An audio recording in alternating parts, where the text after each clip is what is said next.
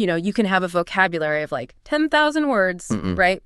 Perfect grammar, Yeah. and these brilliant, just world-changing ideas, and you can still completely fail to persuade the person sitting right across the table from you. Oh, absolutely. It happens all the time. Right. Because, well, you might be operating under this assumption that communication is just the transmission of data. Like you load up your mental hard drive, you hit send, and you just assume the other person gets it perfectly. Which is a huge mistake. Yeah, because human interaction is not this pristine network connection. It's messy. Mm-hmm. I mean, it is emotional. It's clouded by bias, distraction, cognitive overload. It's the ultimate muddy water, It's really. right. We so often treat language like it's just this mechanical tool, like a hammer or a wrench. Yeah.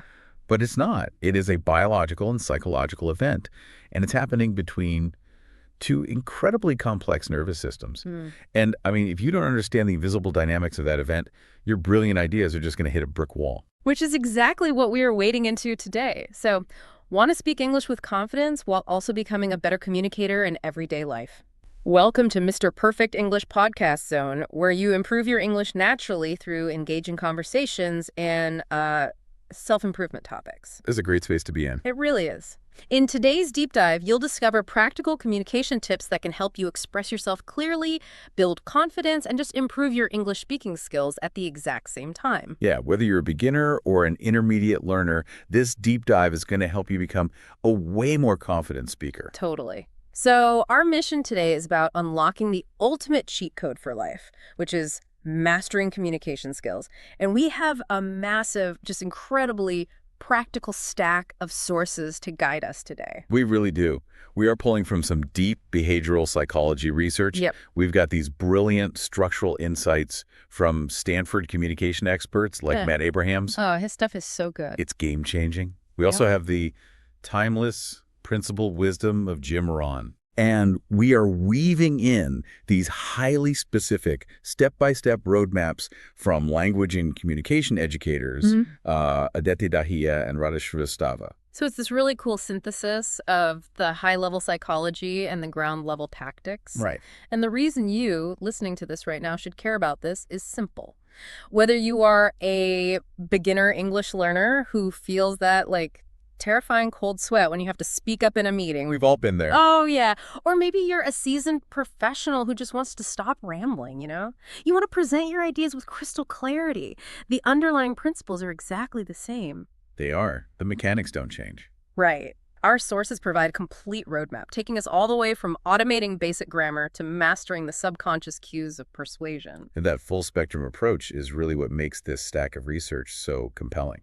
How so? Oh, well, because if you only focus on the mechanics, like the vocabulary and the grammar, you totally miss the human connection part. Yeah, you sound like a robot. Exactly. But then, if you only focus on the connection and the empathy, well, you might lack the architecture to actually be understood. You really need both the foundation and the structure. Okay, let's unpack this.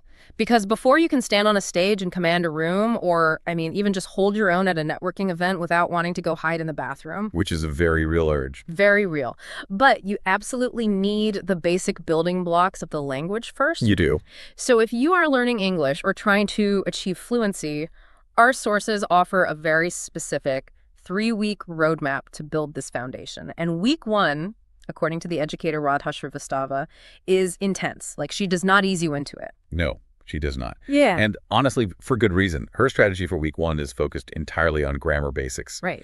But she advocates for this strict, non-negotiable 2 to 3 hours a day regimen. It's a lot. It is. For an entire week, you're doing nothing but hammering the foundational rules. Yeah. You're learning the exact correct usage of has versus were, past tense versus present continuous. Okay, I have to push back here a little bit. Go for it. Because I hear 2 to 3 hours of grammar worksheets, and my brain instantly rebels. Sure. It sounds like a flashback to terrible middle school language classes, It right? still found painful. Hasn't the modern consensus kind of shifted away from drilling grammar toward just naturally acquiring the language through conversation? Like, why are we starting with brutal, repetitive drills? It's a totally fair question. And you're right that natural acquisition is the ultimate goal. But we have to look at the cognitive psychology of what's happening in your brain when you try to speak a second language. Okay, break that down for me. Well, Your brain has a very limited amount of working memory. Think of it as your cognitive bandwidth. Right. When you're engaged in a real-time conversation, you need that bandwidth to read the other person's facial expressions, to monitor your own tone, and to formulate your actual ideas. Yeah, there is a lot going on just in the act of being present with someone. Exactly. So if you haven't drilled the grammar basics, what happens? Your prefrontal cortex has to consciously step in and do the mechanical work. No, I see. Yeah, you're actively thinking, wait, I'm talking about yesterday, so is it he has gone or he went? And then you pause. Right. The moment your brain diverts power to solve that grammatical math problem, you stutter. You lose eye contact. You freeze. Wow. The reason Radha insists on this intense one-week drill is not to make you a grammar academic. It's to force those basic rules down into your subconscious. It is the process of automatization. You know, it's like learning to drive a manual transmission car. Yes, perfect analogy. When you first get behind the wheel, you are just painfully aware of the clutch. You're staring at the gear shifter. You're calculating the exact pressure of your foot on the gas pedal. And if someone tries to talk to you? Oh, if someone tries to talk to you while you're shifting gears in traffic, you completely panic because your cognitive bandwidth is just maxed out by the mechanics of the car. Yeah. But eventually, after enough repetition, the shifting becomes automated. Your hands and feet just do the work subconsciously, and suddenly you can drive down the highway while drinking coffee and having a deep philosophical conversation. That is precisely the mechanism. The grammar drill is just you learning the clutch. Yeah. You have to automate it so your brain can focus on the road, which, in communication, is the idea you want to convey, not the assembly of the sentence. Okay, that makes a ton of sense. So, assuming you survive week 1 and you've built that mechanical automation, week 2 completely shifts gears. It does. The source points out this pivotal realization that I think trips up a lot of language learners. They say, English is a language, not a school subject. Which is a massive paradigm shift. Yeah. In almost every formal educational system around the world, languages are taught exactly like history or chemistry. Just facts to memorize. Right. As a static set of facts for a standardized test, you memorize the vocabulary list, you pass the test on Friday, and you forget it all by Monday. But the strategy for week 2 throws that textbook model out the window. It becomes entirely about immersion. Yes. You are instructed to make the language a lifestyle. You're watching English movies, you're listening to English music, and you're using English subtitles to bridge the gap between what you hear and what you read. You aren't studying in the traditional sense, You're absorbing culture. And this is vital because language is inherently cultural. It does not exist in a vacuum. Right. When you watch a film, you aren't just ingesting a list of vocabulary words. You're seeing the furrowed brow or the sarcastic smile that accompanies a specific slang term. The context. Exactly. Yeah. You are hearing the pacing, the rhythm, the emotional resonance of the language. You're witnessing how the language lives and breathes in the real world. Yeah, because a worksheet can teach you that the word fine means acceptable. Sure. But only cultural immersion can teach you that if someone sighs heavily, crosses their arms, and says, I'm fine, it means the exact opposite. Context is everything. It really is. And speaking of acquiring vocabulary with context, this brings us to another brilliant source in our stack, Adete Dahia, who offers this highly specific, very modern strategy for building your word bank. Oh, this part is great. And it completely challenges how most of us were told to read. This is one of the most fascinating practical applications of behavioral psychology in the entire deep dive, honestly. So she says you need to read for 10 to 15 minutes a day, every single day. But here's the massive catch. She insists that you should only do this on digital devices. Yep. Your phone, a Kindle, an iPad. She specifically advises against using a physical book for this daily vocabulary exercise. Which sounds counterintuitive. It does. I'm going to admit my confusion here again, because every productivity expert and neuroscientist I've ever listened to says that reading physical paper is far superior for deep retention and that screens destroy our attention spans. That's the common wisdom, yeah. So why is Adete telling us to abandon the physical book? It's a great pushback. To understand her logic, we have to look at the psychology of friction reduction and the concept of the flow state. Okay. Think about what happens when you're reading a physical paperback in your second language, or even reading a really dense text in your native language, and you encounter a word you simply do not know. What is the actual physical process you have to go through? Well, I have to stop reading. I have to put a bookmark in, put the book down, pick up my phone, open a browser or dictionary app, Type the word in, read the definition, try to remember it, pick the book back up, find the page, find the paragraph, and reread the sentence. Exactly. And from a neurological standpoint, what you just described is an absolute disaster for your attention. Because it takes so long. Because you have introduced massive friction into the learning process. By the time you get back to the sentence, your working memory has dumped the emotional and narrative context of the paragraph. Oh, wow. You've dropped completely out of your flow state. It feels like a chore. And human beings are biologically wired to avoid chores. We take the path of least resistance. We always do. But look at the mechanics of the digital device. If you're reading on a Kindle and you see a word you don't know, you just press and hold your finger on that word. Right, it just pops up. In a fraction of a second, the definition is on the screen right next to the sentence. Yeah. You glance at it, you understand it, you lift your finger, and you instantly continue reading. So the friction is gone? Virtually zero. You maintain your flow state. Furthermore, because you are instantly applying that definition to the rich narrative context of the sentence you're actively immersed in, your brain tags it as relevant and commits it to memory far better than rote memorization.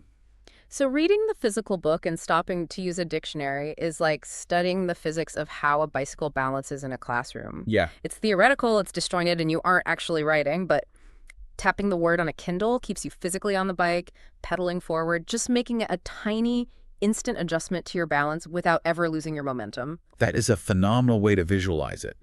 You are acquiring the vocabulary in its natural habitat with zero interruptions to your cognitive momentum. Okay, so let's say you've followed the roadmap so far. You survived the brutal grammar drills of week 1, so your syntax is automated. Yeah. You've immersed yourself in the culture, and you're using digital reading to frictionlessly build a massive vocabulary. You have all the raw materials. You're ready to go.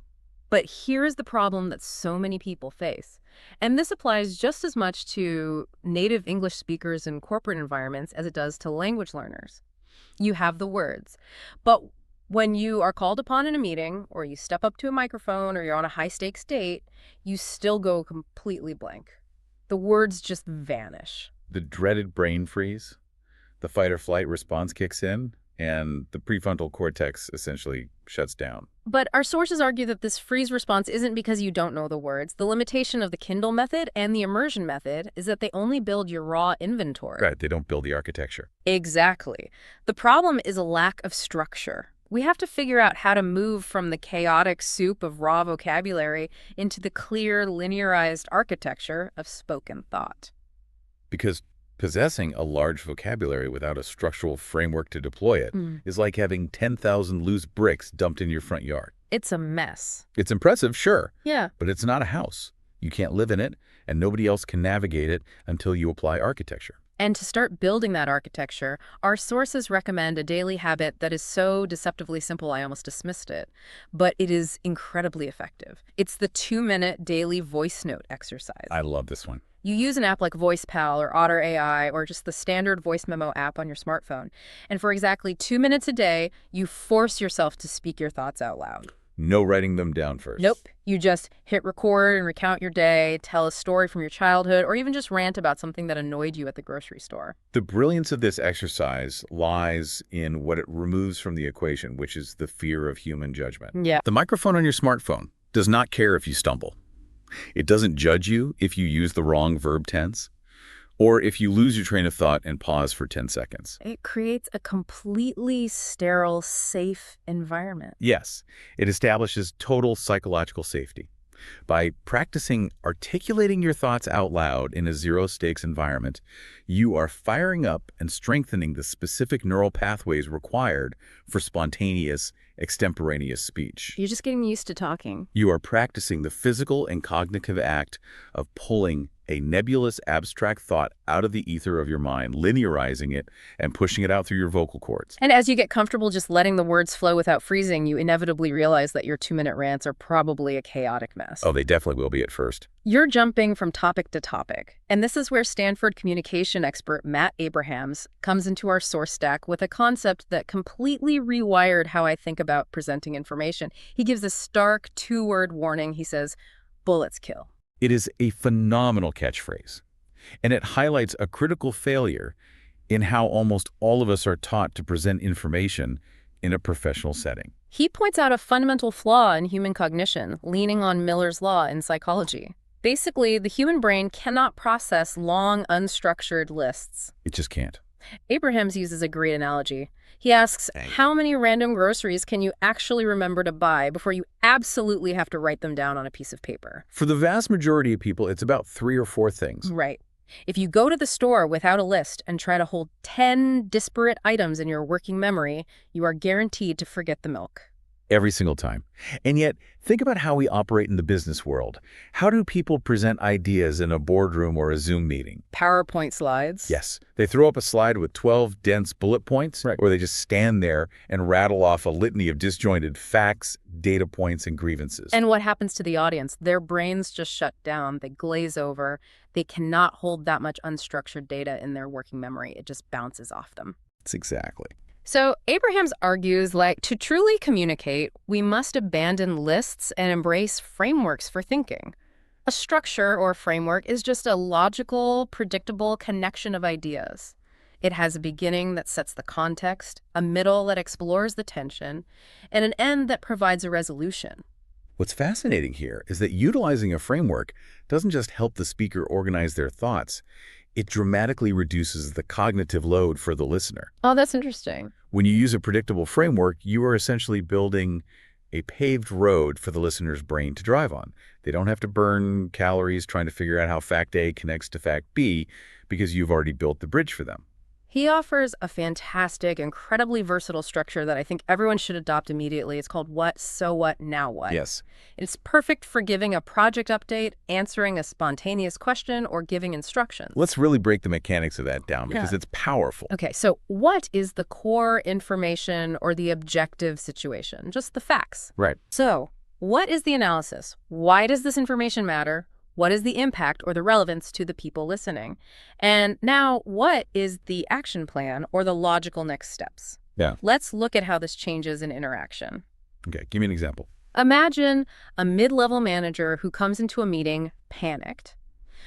Without a framework, they might just dump a list of problems on their boss. They might say, the main server just went down, the clients are emailing us angry, I don't know what caused it, IT isn't answering their phones, and we might lose the Miller account. That is an emotional data dump. Total pair. The boss listening to that is instantly stressed, confused, and doesn't know what they are supposed to do with that chaotic pile of information. Exactly. But let's take those exact same facts and run them through the framework. What, so what, now what? The manager walks in, takes a breath, and says, what? The main server crashed 10 minutes ago, and IT is currently investigating. So what?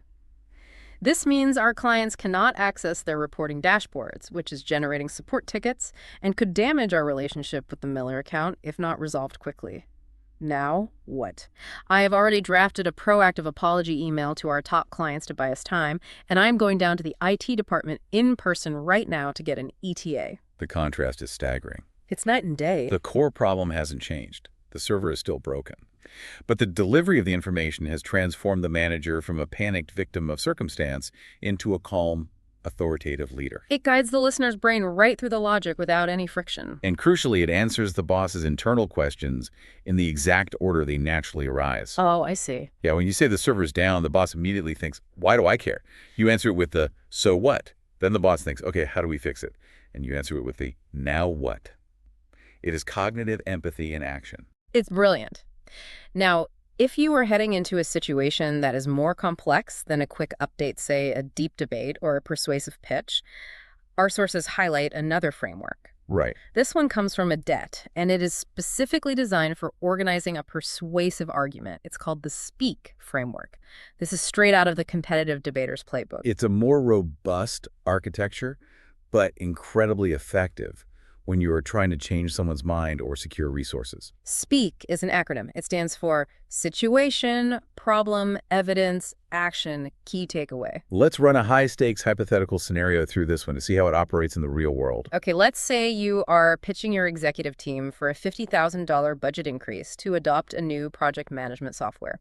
Without the framework, you might just whine about how slow the old software is. Which nobody wants to hear. Right. But with SPEAK, you structure it like this. Situation. Our current project management system was adopted 3 years ago when we were a team of 10. establishing the baseline. Problem.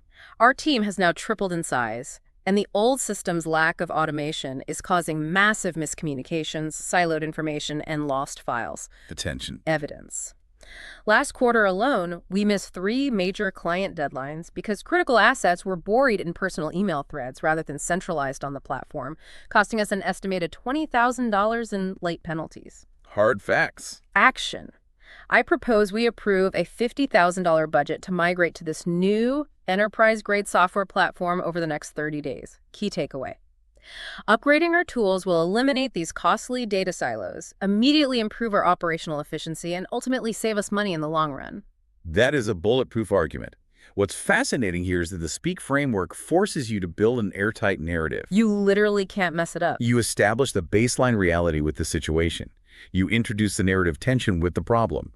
You validate that the problem isn't just your opinion by providing hard evidence. You offer the heroic rescue with the action. And you summarize the overarching value with the key takeaway. And it absolutely prevents you from meandering.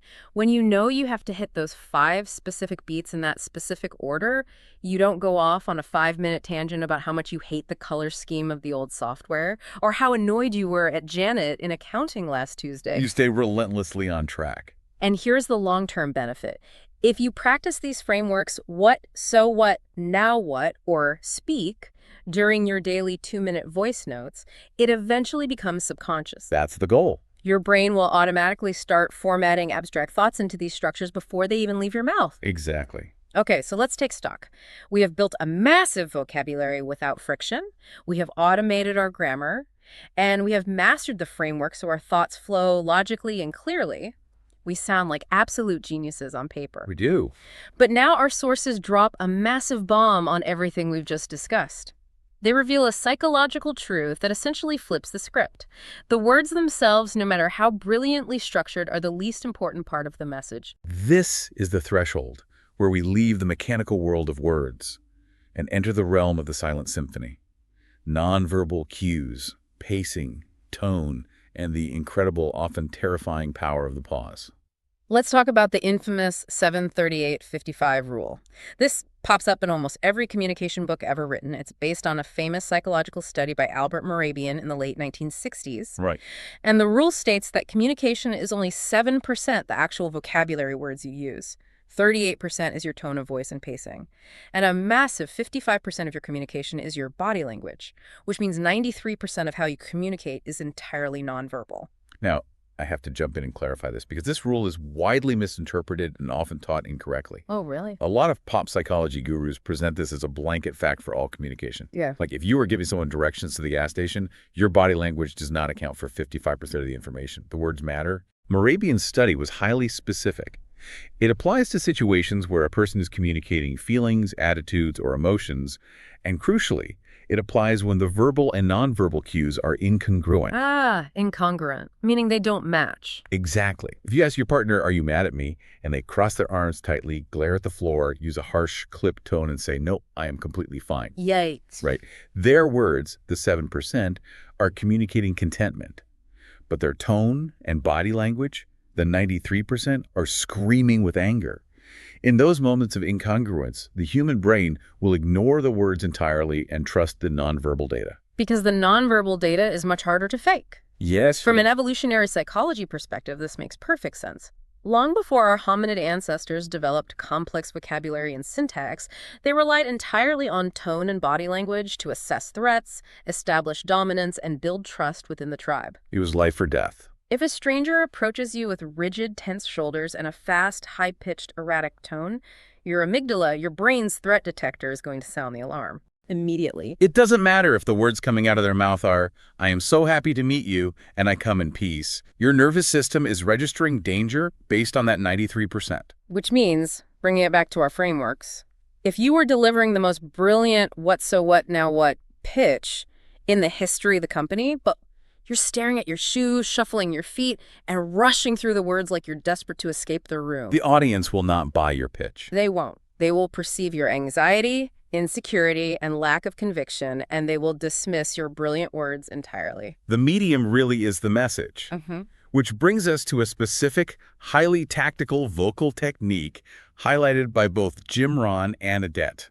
the mastery of the pause. Oh, this is so important. I think we all suffer from filler words, ahs, likes, you knows. Our sources are utterly brutal about this. They state unequivocally that filler words destroy your perceived authority. They absolutely do. But intentional, controlled pausing projects, massive, undeniable confidence. We use filler words because the human brain is generally terrified of silence in a social setting.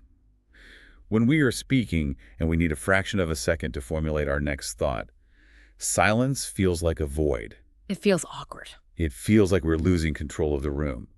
So we have this overwhelming biological pressure to fill the dead air with noise and, or an just to hold our turn to speak. Just to claim space. But Jim Rohn frames the pause entirely differently.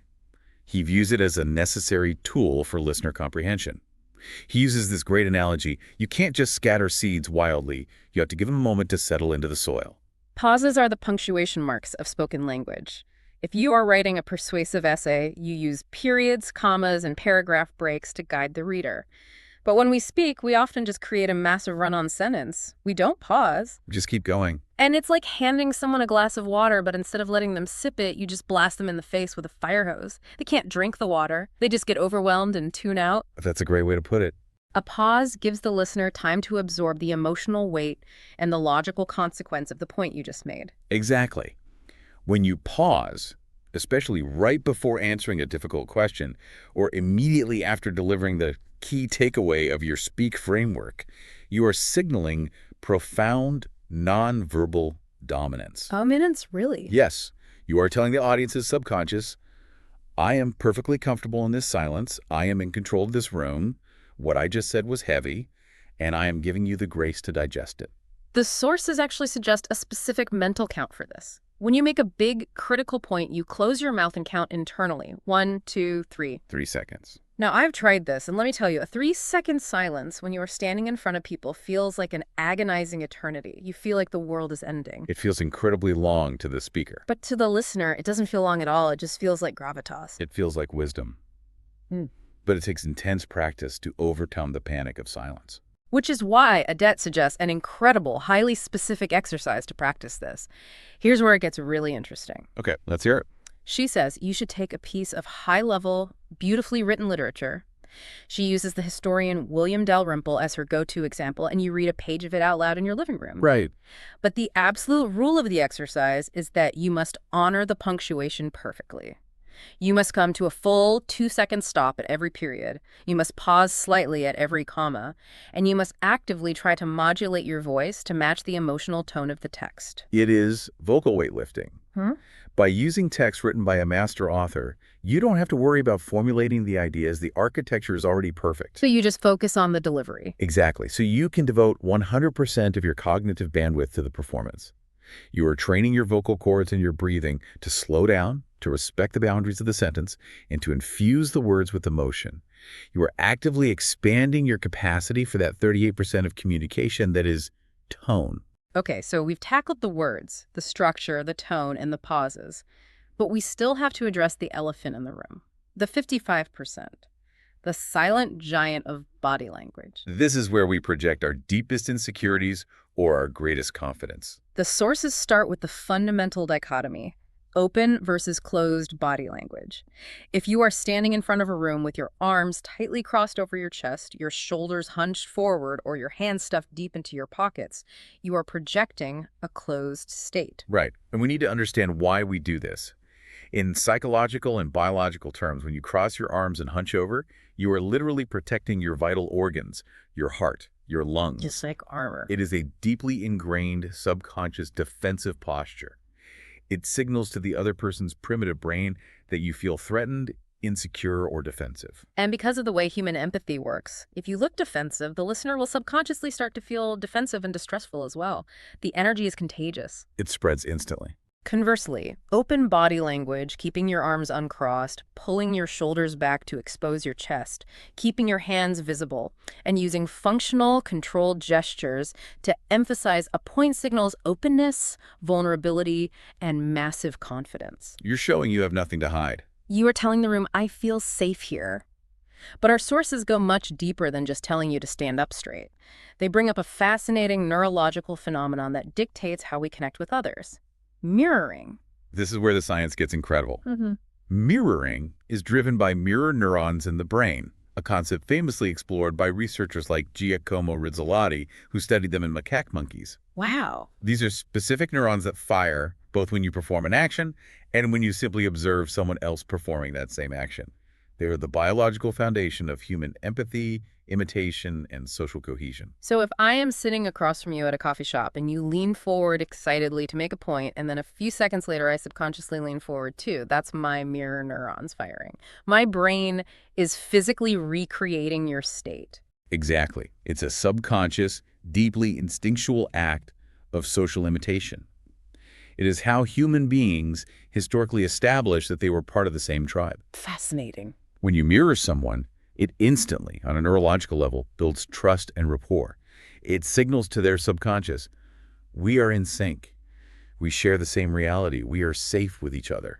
And the incredible hack here is that you can consciously, intentionally employ mirroring to drastically improve a connection, especially in a tense situation. You can actively steer the vibe. You can subtly match someone's posture. If they are leaning back and speaking softly, you don't want to lean aggressively forward and shout. You lower your volume and relax your posture.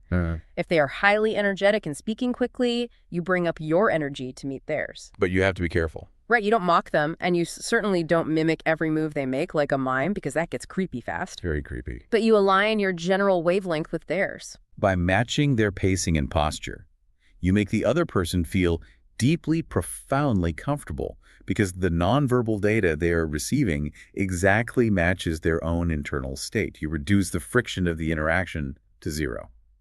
Up to this point in the deep dive, we have essentially treated communication like a solo performance. We've talked about your vocabulary, your structures, your pauses, and your body language. We've treated the listener as an audience. Which is only half the equation. Right. True communication isn't a monologue, and it is a dynamic, two-way street. It requires actual connection with another complex human being. And that means we have to pivot and talk about the hardest skill of all, listening. This is arguably the most critical shift in our entire conversation.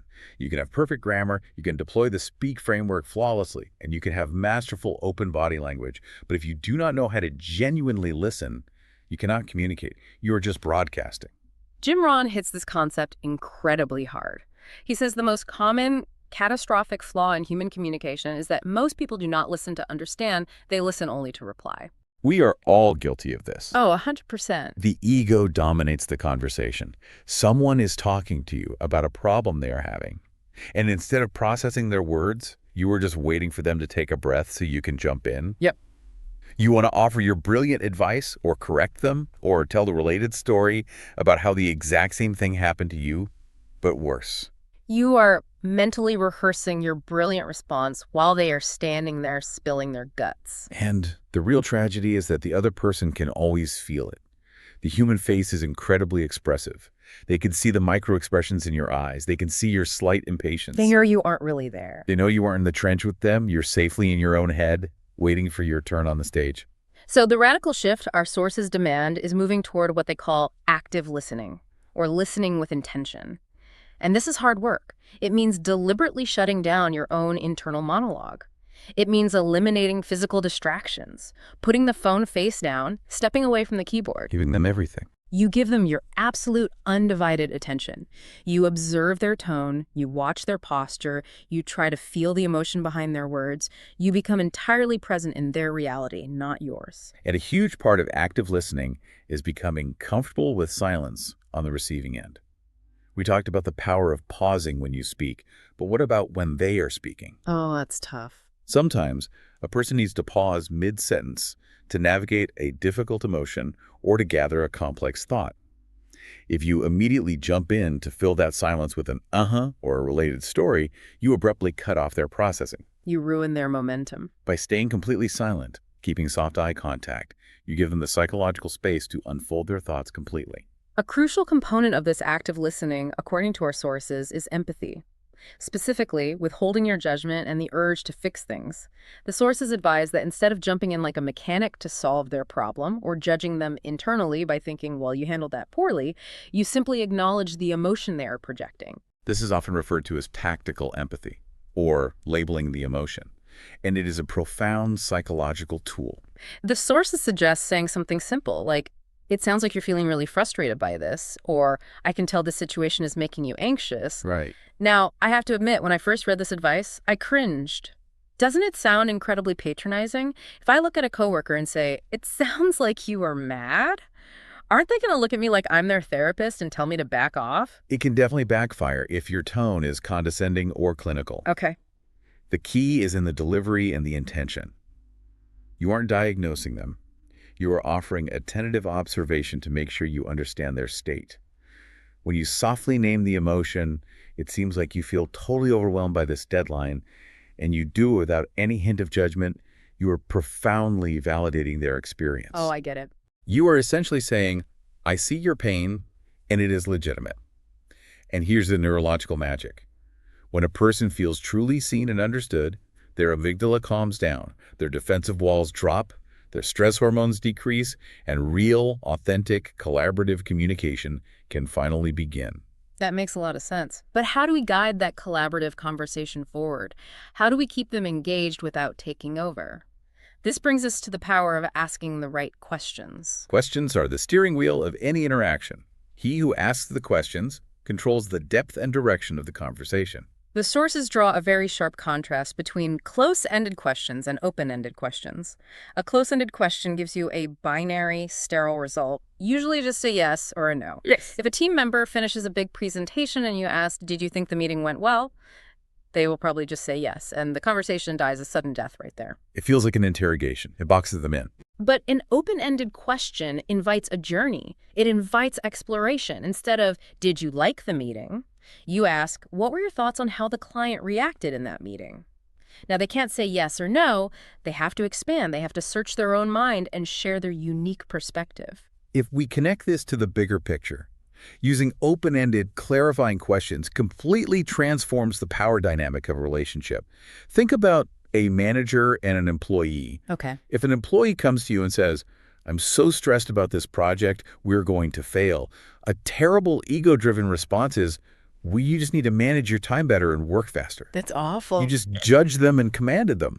But a great empathetic response using a clarifying question is, can you help me understand what specific part of the project is causing the most stress right now? It's a total paradigm shift. You are empowering them. Instead of giving them a mandate, you are guiding them to discover their own bottlenecks and articulate their own needs. It changes the interaction from a mere exchange of data or an uninvited lecture into a collaborative, problem-solving partnership. Exactly. You cease to be a speaker broadcasting at an audience, and you become a partner exploring a reality together. Okay, so we have a massive amount of behavioral theory on the table. We know about structuring thoughts, we understand the nuances of the 738-55 rule, we know how to pause, we know how to mirror, and we know how to actively listen and ask open-ended questions. That's a lot of tools. But here's the brutal reality. How do we take all these abstract theories and actually practice them? Because I don't want to be testing out my new 3-second pausing skills or my emotional labeling for the very first time during a tense salary negotiation with my boss or on a high-stakes first date. The pressure is too high. You absolutely cannot practice these skills for the first time in a high-stakes environment. Your brain will panic and revert to its oldest, most ingrained habits. You need a training ground. Right. You need advanced tactics to practice these complex maneuvers in a completely safe, low-stakes environment. Let's look at a couple of these advanced tactics designed for practice and preparation. First, the concept of framing and storytelling. Jim Rohn talks extensively about framing for persuasion. Framing is basically the psychological packaging of your message. Right, how you present it. It's how you arrange the context so that your core message actually resonates with the specific biases and desires of the audience you are talking to. It's about setting the stage and adjusting the lighting before you deliver the payload. Right. And a key component of effective framing is starting with shared values and focusing relentlessly on solutions rather than admiring the problem. Let's say you need to persuade your team to work late on a Friday to hit a deadline. Tough sell. Very tough. A terrible frame is to walk in and say, we are way behind schedule. Management is furious, and this whole project is a disaster, so nobody can go home. That is a threat frame. You instantly trigger their resentment and defensive mechanisms. Exactly. But if you reframe it around shared values and solutions, you change the energy completely. You walk in and say, I know it's Friday, but we all want this product launch to be something we are deeply proud of. We have an opportunity right now to push through this final bottleneck and finish strong as a team. By framing it positively, tying it to their identity, being proud of their work and making it solution-oriented, you bypass their natural resistance. You aren't attacking them with a failure, you're inviting them into a shared victory. And according to our sources, the most powerful framing tool of all, the ultimate weapon of persuasion, is storytelling. Humans love stories. Adette provides this amazing challenge to become a better storyteller because she notes that human brains are not wired to remember spreadsheets or abstract data. We are wired for narrative. Stories transcend logic and tap directly into the emotional centers of the brain. They absolutely do. She provides specific storytelling prompts for practice. For example, she challenges you to sit in your room and tell a story out loud about your most embarrassing moment, but you must focus entirely on using specific, vivid, sensory imagery. Which is a fantastic exercise because it forces you out of the sterile world of abstract facts and into the messy, evocative world of sensory details. Like what? It trains you to paint a picture with your words, to describe the smell of the room, the specific tone of someone's voice, the physical feeling of panic in your stomach. Yeah. That sensory data is exactly what makes a message sticky and memorable for the listener. But what if you want to practice all of this dynamically? You want to practice the listening, the pausing, the framing, the structures, and the storytelling in a real-time back-and-forth conversation, but you don't have a practice partner, or you are simply too nervous to stumble in front of a real human being. Which is super common. This brings us to week 3 of Radha's roadmap, and I have to say it is an absolute genius hack for both English learners and native speakers looking to polish their communication. This is where modern generative AI technology provides a truly revolutionary solution to an ancient problem. She suggests using an AI conversation buddy, specifically using the voice mode on apps like ChatGPT for real-time, completely fluid conversation practice. You literally put your AirPods in, open the app, and talk to the AI exactly like you are on a phone call with a friend. Have you tried it yet? I tried this yesterday after reading the source material, and I have to admit, even consciously knowing it was an AI, knowing it was just code on a server, I still felt a spike of social anxiety before I spoke. It's wild how our brains react to a voice that sounds human. That is the uncanny valley of social interaction. Your conscious mind knows it's software, but the voice modulation is so realistic that your primitive brain treats it as a social encounter. Exactly. But that slight anxiety is actually perfect because it lightly simulates the stress of a real conversation while remaining a completely safe environment. The true brilliance of this method is in how you program the interaction before it starts. Yes, the prompt setup is crucial. Radha lays out exactly what you should tell the AI to establish the parameters of your practice. You speak to it and say, I am an English learner, or I am trying to improve my communication. I want you to speak casually with me, use simple vocabulary, ask me open-ended questions to keep the conversation going, and most importantly, whenever I make a grammatical mistake or fail to be clear, I want you to gently correct me and explain why I was wrong. You are literally programming your own custom, endlessly patient, completely non-judgmental communication coach. A human tutor might get tired or annoyed, or they might feel too awkward to correct every single mistake you make. The AI never gets tired and has no ego. And Radha highlights a fascinating, very subtle psychological trick for this. She recommends going into the settings and intentionally setting the AI to use a voice of the opposite gender from yourself. This is such a brilliant, nuanced piece of advice. Psychologically, research shows that interacting with a voice of the opposite gender often subconsciously increases our baseline level of attentiveness and engagement. Really? Yeah, it subtly raises the stakes just enough to keep you focused, making the interaction feel slightly more dynamic and natural, breaking that sterile, robotic feeling of talking to a machine. I look at this AI voice mode like a batting cage for social skills. If you want to learn to hit a baseball, you don't step up to the plate in the World Series. You go to a batting cage where a machine throws a ball at you at 80 miles an hour. Right. If you miss, you don't lose the game, nobody boos you, you just reset your stance and wait for the next pitch. With the AI, you can say, let's role play a difficult salary negotiation, or let's role play a scenario where I have to give negative feedback to a sensitive coworker. The AI throws conversational pitches at you. That's a great way to use it. If you stutter, if you forget your what, so what, now what framework, if you get defensive, there are zero real-world consequences. You just analyze why you missed the pitch, ask the AI for feedback, and swing again. It provides the sheer massive volume of repetition necessary to carve those neural pathways and achieve automatization, but completely removes the social anxiety and professional risk that normally inhibits deep learning. You can practice the Speak framework 100 times with the AI over a weekend until it becomes second nature. It is truly a game changer for skill acquisition. So we've progressed from the grammar basics all the way up to advanced AI roleplay. We have the entire toolkit. But this brings us to the final, perhaps most difficult question. How do we sustain this? The hardest part. Because communication is a muscle. You can't just go to the gym once, lift a heavy weight with perfect form and say, great, I'm strong forever, I never have to work out again. You will atrophy. The skills will degrade. The long game of communication requires ruthless consistency and a relentless dedication to building feedback loops. Let's start with consistency. Jim Rohn talks about the absolute necessity of integrity and behavioral consistency in your communication. This concept really ties everything we've discussed together because all the frameworks and pausing in the world will fail if your words do not match your actions over time. Trust is the foundational currency of all communication.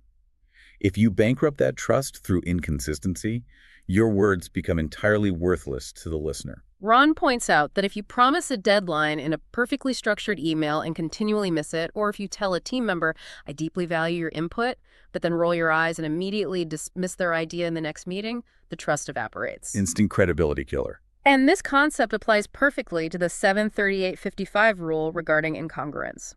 If you stand on stage and declare, I am so excited and passionate about the future of this project, but your tone is flat, your arms are crossed, and you are staring at the floor, the audience experiences severe cognitive dissonance. They'll see right through you. They will always believe your body language over your spoken promise. The inconsistency breeds doubt. But conversely, when your words, your tonal pacing, your open body language, and your subsequent real-world actions all align perfectly, you project an incredibly powerful aura of authenticity and reliability. People don't have to burn cognitive calories trying to guess what your hidden agenda is. They just trust you. But how do we ensure we are actually staying consistent and improving over the long haul? We need mechanisms to measure our reality. We need a feedback loop. Yes. Matt Abrahams, the Stanford professor, gives us some intense but incredibly effective methods for this. First, for real-time feedback when you are managing others or teaching, he advocates for the whiteboard method. This is a fantastic, highly practical tool for leaders to ensure that their message was actually received exactly as it was intended. When Abrahams is explaining a complex project or giving detailed instructions to a student, he doesn't just talk at them. He hands the student a marker, has them stand at the whiteboard, and asks them to write down the core instructions and the now what action steps as he talks. Making them process it actively. Exactly. By physically putting the student in control of capturing the critical information, he gets to see their mental takeaway in real time. If they write down something totally incorrect or miss the main point, he knows instantly that he failed to communicate clearly, and he can adjust his framing on the spot. It's a genius mechanism for closing the loop. He is aggressively testing the transmission of his message. As a communicator, you must realize it's not enough to just broadcast the signal. You have to verify how the receiver decoded that signal. But what about evaluating your own performance? How do you know what you look and sound like? Abraham suggests a video review method that is, frankly, intimidating. He makes his students record themselves giving a presentation or running a mock meeting. Oh boy. But they don't just watch the recording once and move on. They have to watch the same recording 3 separate times, isolating different variables. It sounds excruciating to watch yourself 3 times, but it is neurologically necessary to break bad habits. First, they have to watch the recording with the sound on, but the video completely covered up. No visuals. This forces the brain to focus entirely on the vocal mechanics, the vocabulary, the tonal modulation, the pacing, and those dreaded filler words. They are isolating and auditing the 38%. Right. Second, they watch the exact same video again, but this time with the sound completely muted. No audio. This is where you are forced to confront the massive 55%. Exactly. Without the distraction of your brilliant words, you are forced to look at your physical presence. You see the closed body language, the nervous swaying from foot to foot, the lack of eye contact, the tense jaw. It is glaringly, painfully obvious when you can't hear the words justifying it. It's a harsh mirror. And finally, you watch it a third time with both the video and the sound on to see how the verbal and nonverbal elements interact and either support or contradict each other. It's exactly like a professional athlete reviewing game tape on Monday morning. You cannot fix a mechanical flaw that you refuse to observe. The harsh truth is that most people have absolutely no idea what they actually look and sound like when they are under pressure. This forces you to see reality. And to turn this constant improvement into a daily lifestyle, Abraham shares his own personal low-friction routine, a 1-minute daily journaling habit. Very doable. Every single night, before he finishes his day, he spends exactly 1 minute writing down 1 or 2 things that went really well in his communications that day and 1 or 2 things that fell flat. Maybe he successfully used the what so what now what framework to diffuse a tense meeting, or maybe he realizes he interrupted a colleague and failed to actively listen. He just logs the data. Then on Sunday, he spends 5 minutes reviewing the week's notes to spot behavioral patterns. This raises an important question that I think every listener needs to ask themselves. How often do you actually treat your everyday conversations as practice reps? That is a phenomenal perspective shift. We all have dozens of interactions every single day. We order coffee from the barista, we have a quick sync with our boss, we chat with our spouse over dinner. The vast majority of the time, we just sleepwalk through them on autopilot. Yeah, we just exist. But if you begin to view those mundane interactions as low-stakes practice reps, as a deliberate opportunity to consciously deploy a 3-second pause, or practice mirroring a relaxed posture, or test out a truly open-ended question, and then you reflect on it in a journal, your growth curve will be exponential. You're getting reps in all day. You are accumulating thousands of reps.